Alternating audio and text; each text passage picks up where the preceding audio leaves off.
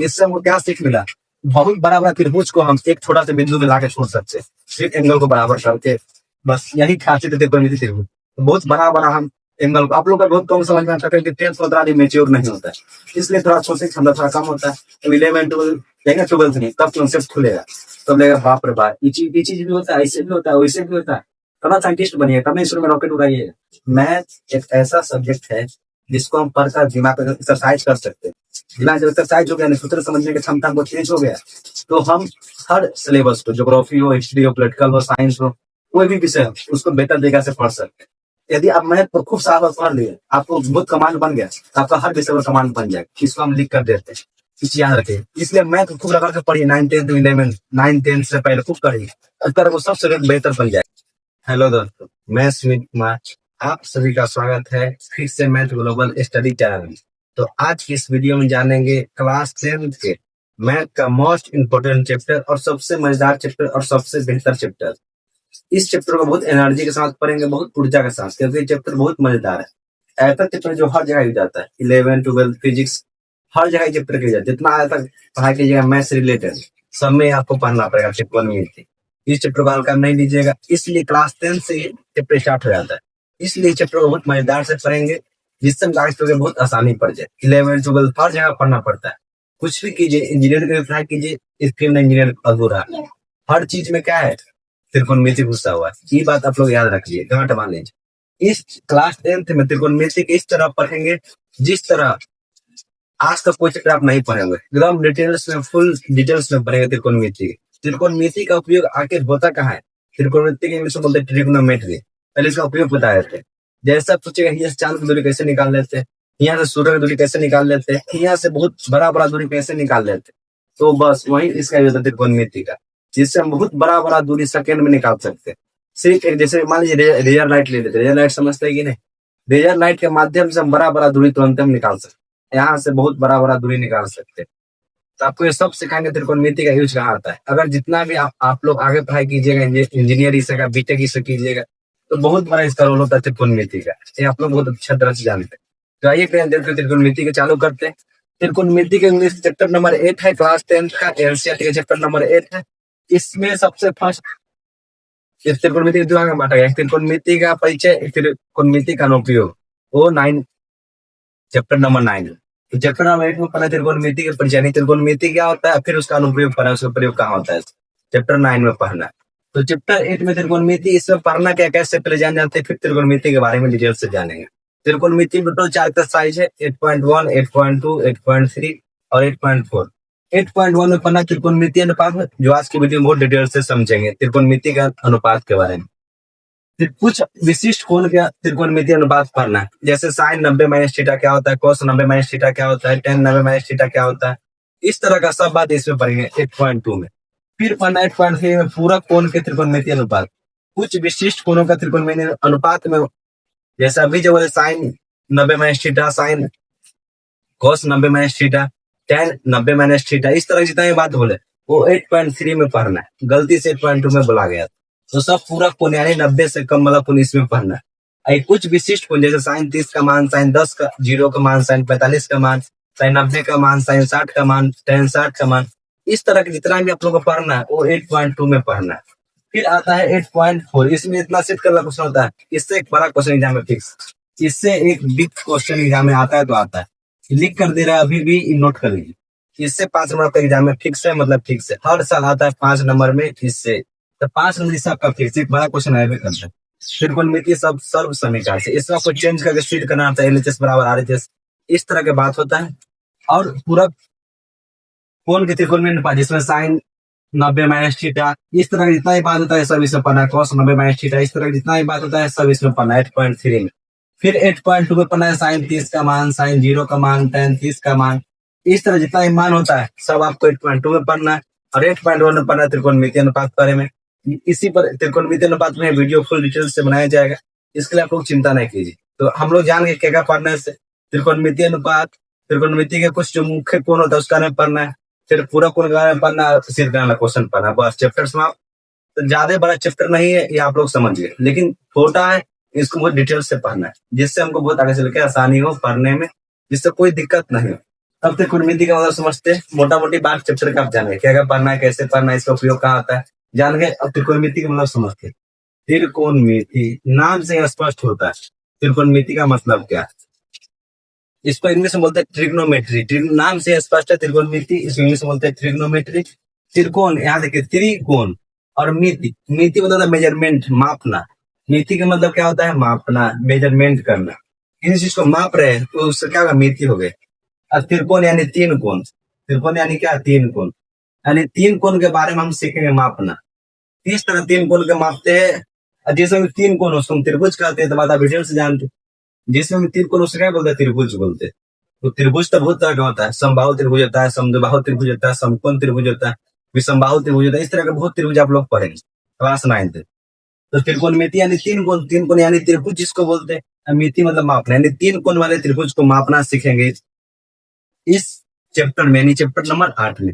तो तीन कोण यानी त्रिभुज बोलते हैं, तो इसमें त्रिभुज तो उतना सारा होता है, तो कौन त्रिभुज पढ़ना है, तो ये एक चीज नोट करके पढ़ने, कॉपी में लिख लीजिए। इसमें एक ही त्रिभुज का नाम पढ़ना है, जिसका नाम है त्रिकोण, जिसका नाम है समकोण त्रिभुज। तो इसमें एक ही त्रिभुज के बारे में पढ़ना है, इसका नाम है समकोण त्रिभुज। ये आप लोग बहुत डिटेल से जानते हैं, इसको बोलते हैं समकोण त्रिभुज। जिसका एक कोण 90 डिग्री का हो उसको समकोण त्रिभुज बोलते हैं। जिसका एक कोण 90 डिग्री का हो उसको समकोण त्रिभुज बोलते हैं। ये बात आप लोग गौर कर ली। त्रिकोणमिति में त्रिकोणमिति का हुआ तीन कोण यानी त्रिभुज, त्रिभुज में कौन त्रिभुज, तो समकोण त्रिभुज। इस पॉइंट को बहुत गहराई से नोट कीजिए, क्योंकि इसमें एक ही त्रिभुज का बहुत बहुत डिटेल से पढ़ना है, जिसका नाम है त्रिकोणमिति त्रिभुज के बारे में। इसका एक कोण 90 डिग्री का हो उसे त्रिकोणमिति त्रिभुज बोलते हैं। तो सोचिए, जैसे आप कहीं स्कूल में, स्कूल के सामने कोई मीनार है, मीनार को आप देख रहे हैं इस तरह, यहाँ देखिए आपका सीधे दूरी मीनार से, आप मीनार को देख रहे हैं, यहाँ पर आपका आंख है, यहाँ से आप मीनार को देख रहे हैं। तो मीनार को जो आप देख रहे हैं, यहाँ कुछ एंगल बनवे करेगा, और सीधे आप जहाँ खड़ा वहां से दूरी नापी मीनार है, यहाँ कितना एंगल बनेगा, 90। मतलब मीनार के चाहे कुछ हम देख रहे हैं, इस तरह हम कुछ देख रहे हैं, सीधे यहाँ से दूरी और सीधे दूरी, दोनों के बीच एंगल कितना बनेगा, 90 डिग्री। तो ये भी कौन त्रिभुज बनना है, समकोण त्रिभुज। एग्जाम्पल किताब में दिया हुआ है, इसलिए आप लोग को बता दें। तो इसमें पढ़ना कौन त्रिभुज के बारे में, समकोण त्रिभुज के बारे में डिटेल से पढ़ना है, ये आप लोग समझिए। सही, समकोण त्रिभुज के बारे में डिटेल से पढ़ते हैं। समकोण त्रिभुज के बारे में इसी चित्र में पढ़ना है, और फिर समझेंगे त्रिकोणमिति अनुपात क्या होता है। हम लोग जानते हैं समकोण त्रिभुज ये हो गया, ये समकोण त्रिभुज। इसका एक कोण 90 डिग्री का होता है, इसको ए मान लेते हैं, इसको हम बी मान लेते हैं, इसको सी मान लेते हैं। इसमें आप लोग को कर्ण पहचाना है, इसमें होता है लंब, आधार, कर्ण। इसमें तीन चीज होता है, तो कर्ण इसमें पहचानना बहुत, इसमें तीन चीज याद रखिएगा। समकोण त्रिभुज में तीन चीज होता है, कर्ण होता है, लंब होता है और आधार होता है। इसमें आप लोग कोई कंफ्यूजन नहीं होना चाहिए। समकोण त्रिभुज में तीन चीज होता है, लंब, आधार और कर्ण। और हम कैसे जाने कौन भुजा लंब है, कौन भुजा कर्ण है, कौन भुजा आधार है, जो कैसे पहचाने, हम है ना तरीका बता दे पहचानने। यहाँ देखिए एक चीज आपको स्पष्ट, जो सबसे बड़ी भुजा है उसको हम कर्ण बोलते हैं, इसमें आपको कोई स्पष्टता नहीं होनी चाहिए। सबसे बड़ी भुजा दिख रहा है ए सी, यानी सबसे बड़ा भुजा क्या हो, कर्ण। ये नहीं पता है कोई बात नहीं, जो 90 डिग्री के सामने वाला भुजा, 90 डिग्री के सामने वाला भुजा, इसको हम बोलते हैं कर्ण। इसको क्या बोलते हैं, कर्ण। बस ये चीज आपको पता होना चाहिए। 90 डिग्री सामने वाला भुजा क्या बोलते हैं, कर्ण बोलते हैं। इसमें आप लोग कोई आपत्ति नहीं होना चाहिए। 90 के सामने वाला भुजा कर्ण हो गया, 90 के सामने वाला भुजा कर्ण। अब बच गया लंब और आधार किसे कहते हैं। लंब आधार हमको जानने के लिए हमको एक चीज पता है, जिसका नाम है कोण। जिसको कोण बोलते हैं, जिसको हम थीटा से लिखते हैं, कोण को थीटा, थीटा से लिखते हैं कोण। तो लंब आधार पहचानने के लिए क्या चाहिए हमको, थीटा चाहिए। मतलब किसके सापेक्ष हम बात कर रहे हैं, ए के सापेक्ष, किसी के सापेक्ष, किसके सापेक्ष बात करें, तभी हम लंब और कर्ण बता सकते हैं। जैसे हम कोण सी के सापेक्ष बात कर रहे हैं, कोण सी के सापेक्ष, यानी कोण सी एन थीटा के, थीटा मतलब कोण होता है, तो कोण सी के सापेक्ष हम बात कर रहे हैं, इसके सामने वाला भुजा को हम कर्ण कहते हैं, सॉरी लंब कहते हैं। और जो बच गया आधार, मतलब जिसके सापेक्ष बात करो निर्भर करता है। जैसे कर्ण तो आसानी से पहचान लीजिएगा, 90 के सामने वाला भुजा को कर्ण कहते हैं, इसमें आप लोग कोई आपत्ति नहीं होनी चाहिए। 90 के सामने वाला भुजा कर्ण कर दी। अब बच गया लंब और आधार। लंब आधार पहचानने के लिए मुझे जरूरत पड़ता है थीटा का, यानी कोण का। किसके सापेक्ष कोण बना रहे हैं, उसको एकदम सामने, जिसका सापेक्ष कोण बना है डायरेक्ट सामने वाला भुजा को हम लंब कहते हैं। तो कोण बनना है सी के, सी के सामने वाला भुजा क्या है, लंब। तो सी के सामने वाला भुजा क्या कहेंगे, लंब। जो बच गया आधार, इसका बेस हो गया, आधार हो गया, इसका लंब हो गया, इसका कर्ण हो गया। तो लंब आधार कर्ण आप लोग समझ, जैसे इसमें बताइए आप लोग। इसलिए यहाँ देखिए अब कोण यहाँ पर बनना है ए बी सी, ए के सापेक्ष इसमें कोण बनना है, जिसके सामने वाला भुजा कर्ण सर से ना बोल दीजिए, इसके सामने वाला भुजा कर्ण हो गया, ये तो आप आसानी से बोल दीजिए। और ये थीटा है, थीटा के सामने भुजा क्या होता है? लंब। जिससे एक सापेक्ष है, जिसके सापेक्ष कौन बन रहा है उसको सामने वाली भुजा क्या कहते हैं? लंब। यानी थीटा के सापेक्ष भुजा क्या कहेंगे? इसको लंब ही बन जाएगा। जो बच गया क्या हो गया? आधार हो गया। तो इसमें आप लोग को आपत्ति नहीं होनी चाहिए। जहां पे देखिए थीटा है उसको डायरेक्ट सामने वाला भुजा लंब हो गया, जहां पे देखिए 90 है उसको सामने वाला भुजा कर्ण हो गया। जो बच गया होता है आधार, तो आधार तो ऐसे बेचारा टकराया हो रहा था क्योंकि इसका कोई वैल्यू है ना। लंब आधार के सर से बचा लेते जो बच गया। जैसे कुछ सोचिए ना, 5 आदमी आपको आया हुआ है घर में, तो सब चारों पे चिन्ह है, देखोगे तो अपने आप से पता चल जाएगा ऐसे, हाँ इसको हम नहीं चिन्ह। वही बात हम इसमें तीन दो में पहचान लिए, जैसे कौन है? लंब है, बच गया आधार।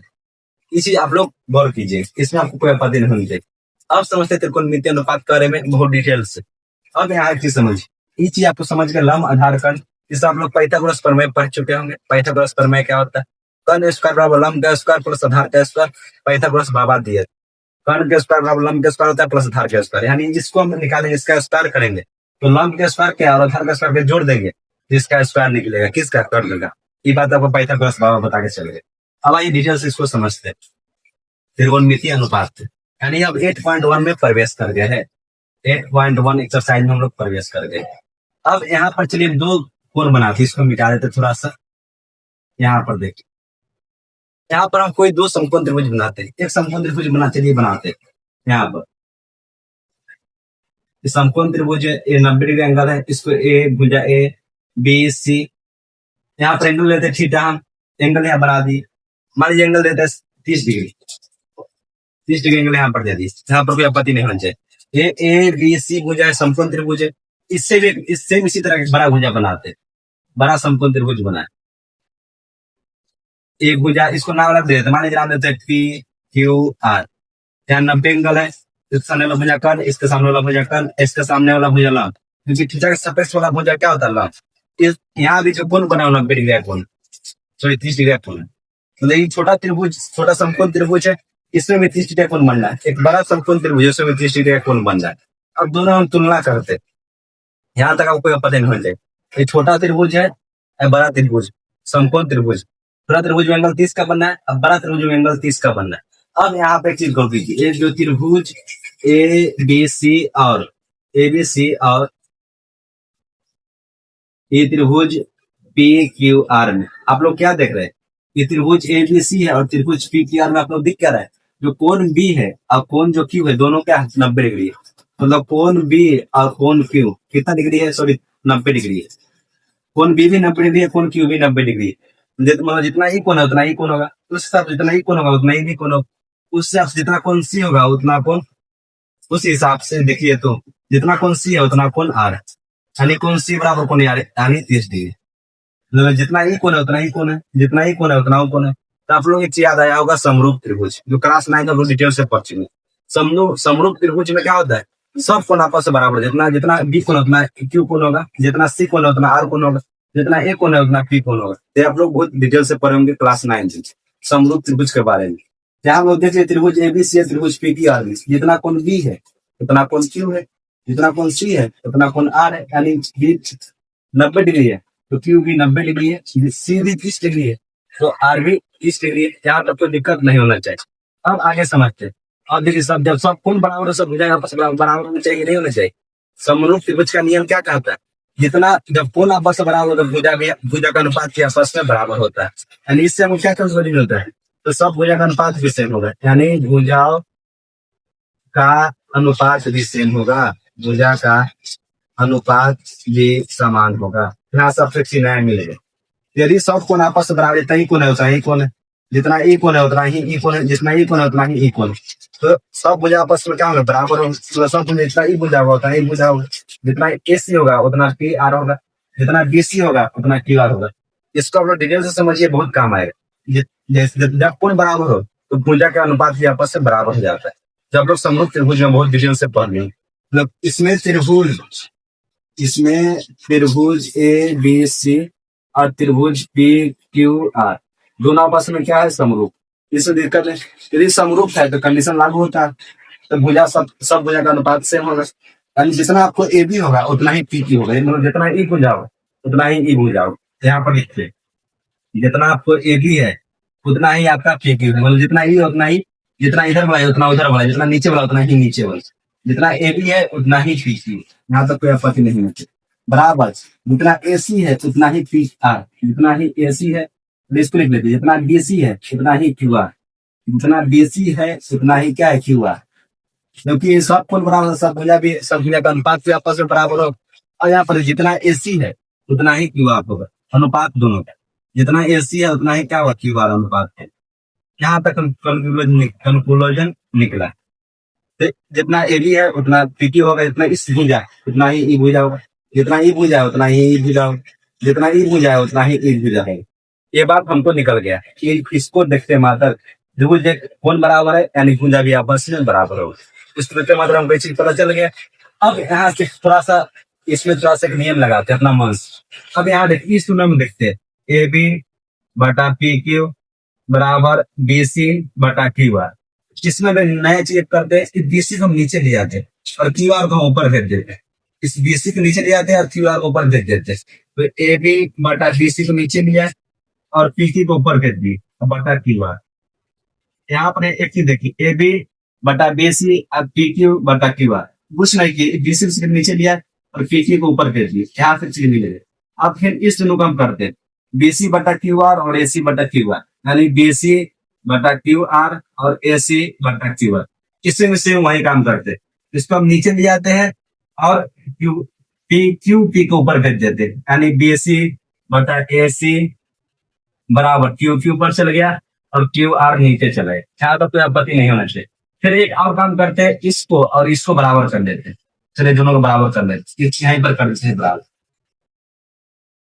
ए बी बटा पी क्यू बराबर ए सी बटा क्यू आर। ए सी को हम फिर नीचे ले आते हैं और पी क्यू को ऊपर भेज देते हैं। ए बी ए सी को नीचे लिया है और पी क्यू को ऊपर भेज दिए बटा क्यू आर।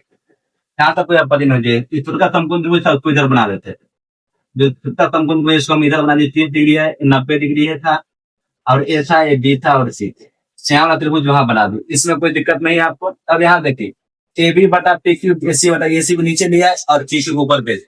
अब यहाँ पे चीज गौर की, अब यहाँ पर देखिए तो 90 डिग्री के चीज को जो सामने 90 डिग्री के सामने लंब भुजा क्या करते कर्ण करते, यहाँ तक तो आपत्ति नहीं होने देते। थीटा के इंदम के सामने भुजा क्या करते लंब कहते हैं। और ये जो बच गया ये नीचे वाला इसको क्या कहेंगे आधार। तो लंब आधार करना आप लोग आसानी से पहचान लिए, यानी 90 के सामने भुजा कर्ण हो गया, थीटा के सामने भुजा लंब हो गया, जो बच गया आधार हो गया। सेम इसी तरह इसमें कर्ण हो गया, इसमें ये दो एंगल है तुम्हारा भुजा लंब हो गया, लंब जो नीचे है बीसी इसको आधार बोल देंगे, इसको हम आधार बोल देंगे। यहाँ तक आप लोग कोई दिक्कत नहीं होते। 90 का भुजा कर्ण हो गया, जो 90 सामने वाला भुजा लंब हो गया, जो बच गया से आधार हो गया। अब इसमें देखिए, अब इसमें तो ए बी बटा डी ए बी बटा D A B A B बटा ए बी बटा डी, यानी लंब बटा आधार। ए बी बटा डी का मतलब क्या हुआ, यहाँ पर आया लंब बटा आधार, लंब बटा आधार। और पी क्यू बटा क्यू आर का मतलब क्या है, पी क्यू बटा क्यू आर का मतलब क्या है, लंब बटा आधार, लंब बटा आधार। इससे तो तुझे निकल गए। ए बी बटा बी से भी लंब बटा आधार आया, ए बी पी क्यू बटा क्यू आर से भी लंब बटा आधार है। अब इसमें देखिए बीसी बटा ए सी, बीसी बटा ए सी यानी आधार बटा कर्ण, बीसी बटा ए सी यानी आधार बटा कर्ण, आधार बता सन। इसमें देखिए इसमें कितना क्यू की क्यू और क्यू आर है, यहाँ पर सॉरी क्यू और आर है, क्यू आर क्यू पी बटा क्यू आर, क्यू पी बटा क्यू आर, बीसी बीसी बटा एसी। गलत क्या हो रहा है इसलिए बीसी बटा क्यू आर और एसी बटा क्यू आर। यहाँ पर बीसी बीसी बटा क्यू आर ठीक है, और यहाँ पर एसी इसका एसी और इसका पी आर, इसका यहाँ पर गलत लिखा गया, यहाँ पर पी आर होगा, यहाँ पर कितना होता है पी आर, यानी बीसी बटा क्यू आर और एसी बटा पी आर, यहाँ पर गलत लिखा गया। यहाँ पर होगा पी आर, नीचे भी आएगा पी आर।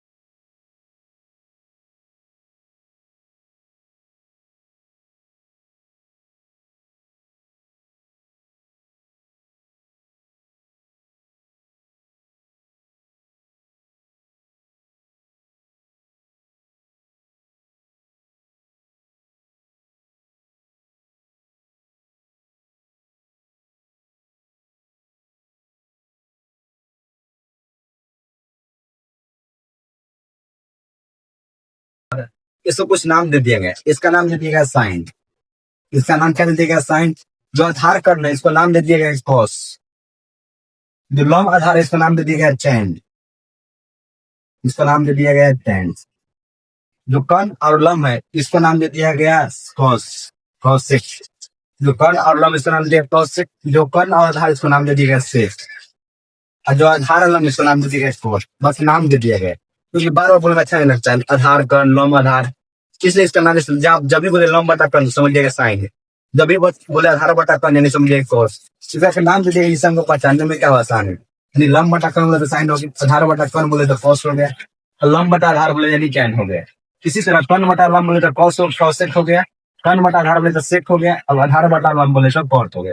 यहाँ तक आप लोग समझ गए। अब यहाँ देखिए, अब कैसे हम जिसे किसी को बोल रहे हैं राम, तो पता चल रहा है से राम उसी मिश्रा जी का बेटा, जी राम के बता दे से राम उस राम से पूछे पापा का नाम क्या है, राम का है मिश्रा जी, तो ना पता हाँ ये मिश्रा जी का बेटा है। राम तो दुनिया में कैसा राम के नाम के आदमी, जब बोलते हैं साइन कैसे चलेगा फंसा, तो किस अनुपात का हम बात करें। तो यहाँ पर एंगल है, कुछ ना कुछ एंगल बन रहा है, इसी एंगल को यानी जिस एंगल के सापेक्ष बात करें वही अनुपात होगा। यानी साइन थीटा के सापेक्ष बात करें लंब बटा कर्ण, यहाँ भी सबके एंगल आगे जुड़ जाएगा, यानी cos theta tan theta cos theta sec theta और cot थीटा, यानी टोटल 6 त्रिकोणमितीय अनुपात होगा। एंगल क्या दिया कि चले पता से 30 डिग्री एंगल के पास करें तो ना लंब आधार का अनुपात सेम निकलेगा।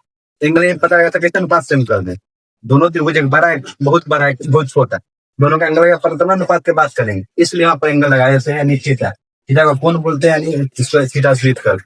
इस तरह हम आराम से पूछेगा लंब बटा कर्ण क्या होता है, साइन क्या होता है, आधार बटा कर्ण क्या होता है, cos थीटा होता है, लंब बटा आधार क्या होता है, tan थीटा होता है, कर्ण बटा लंब क्या होता है, cos थीटा होता है, कर्ण बटा आधार क्या होता है, sec थीटा होता है, लंब आधार बटा कर्ण लंब क्या होता है तो cos थीटा होता है। तो इस तरह हमको 6 त्रिकोण अनुपात मिल गया, एक मिल गया हमको साइन थीटा, एक cos थीटा, एक tan थीटा, एक cosec थीटा, एक sec थीटा, एक मिल गया cot थीटा। बस इसी का बड़ा डिटेल से बड़ा पढ़ना है। मुझे उम्मीद है कि वीडियो बहुत बेहतर तरह समझे होंगे, क्योंकि इसमें बहुत डीपली आपको बताया, बहुत डीपली से बताया। सिर्फ आपको थोड़ा साउंड में प्रॉब्लम आ सकता है, तो उसके लिए आप चिंता नहीं कीजिए, नेक्स्ट वीडियो में साउंड ठीक रहेगा, उस पर काम किया जाएगा साउंड पर। तो साउंड थोड़ा सा आप लोग को ज्यादा या कम या ठीक से साउंड नहीं आता हो, इसलिए कोई दिक्कत नहीं, साउंड अगला वीडियो में इसको ठीक करने की कोशिश करेंगे। तो इस टोटल 6 त्रिकोणमितीय बात कर रहे हैं समझ में, इसमें कोई आपत्ति आप लोग को नहीं होते, इसी पर क्वेश्चन करना है। हमको मन में एक बात है, जब भी हम पढ़ेंगे सब याद नहीं हो रहा, लंब बटा कर्ण उसका साइन होता है, लंब बटा आधार cos होता है, इस तरह पढ़ते थे याद नहीं होता था, अट्टा हमारे कल भूल जाते थे, इसलिए इसको हम लोग के सारे ट्रिक बताए थे, वही ट्रिक आप लोग को हम बता रहे थे। तो ट्रिक क्या था, लाल काका, लाल काका, यही ट्रिक। बस इतना आप याद रहेगा कि जीरो भूल जाइए, भूल जाएगा तो पढ़ना कोई फायदा नहीं।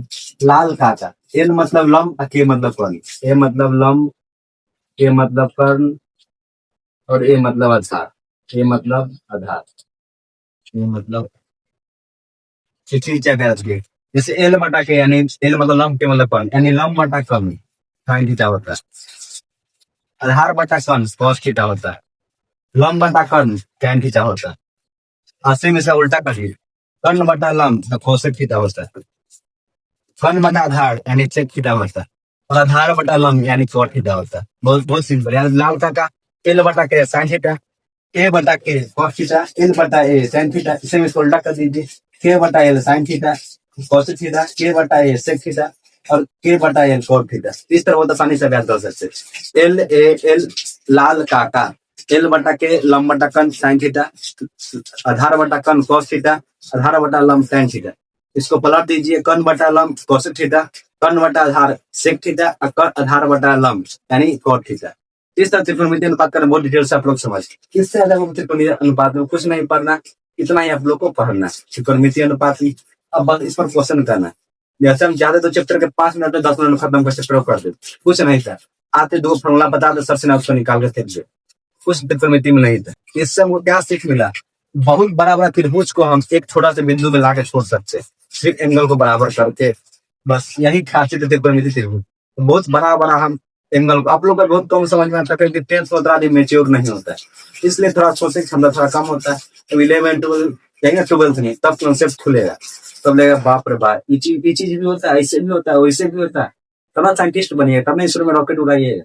रॉकेट जो उड़ता है इसरो में कैसे उड़ता है, बस यही तो चीज फिजिक्स बराबर होता है, बिना फिजिक्स जो होता है ना, बिना मैथ का अधूरा है, ये बात याद रखिए।